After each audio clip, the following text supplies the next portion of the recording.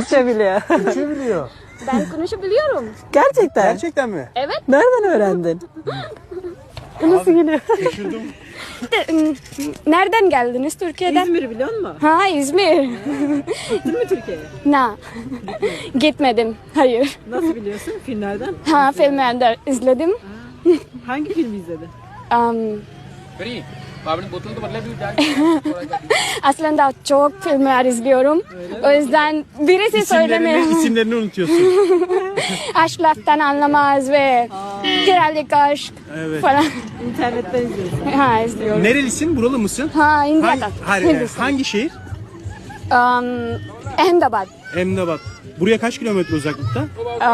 Gerçekten orası bilmiyorum ama gitti dur yapna. More than 600. Ha, 600. Ha, okey. 600 kilometre. 600 kilometre. Bu buranın kıyafeti mi? Rajasthan bölgesi. Ha, bu buranın İsmini biliyor musun? özellik. Bunu Ghagra Çöli diyorlar. Gagra. Okey. Ne için geldiniz? Ha, gezmek için Ha, mi? gezmek için geldik. Gezmeye buraya geliyorsunuz Ya. genelde. Sen Türkçeyi nasıl öğrendin? Filmlerden dedim ya.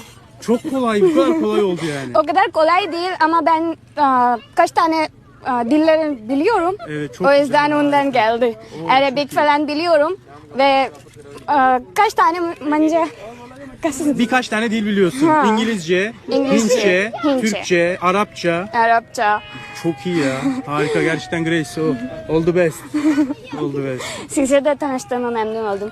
Aslında ben bir Türk'ten geldiğin insanlarla konuşmak istiyordum ve siz Evet biz de tanıştık. Çok sevindik. Gerçekten çok memnun olduk. İsmin neydi bu arada? sabah. Memnun oldum. Arif ben de. Memnun oldum. Ben- Çiçek ya. Onu full diyoruz. Bizim Hindi language'da full diyoruz. Full diyorsunuz. Çok iyi. Bu takıların hepsini falan ya bu buraya Ha, bu özgü buranın özellik kıyafeti. özel kıyafetler. Ha.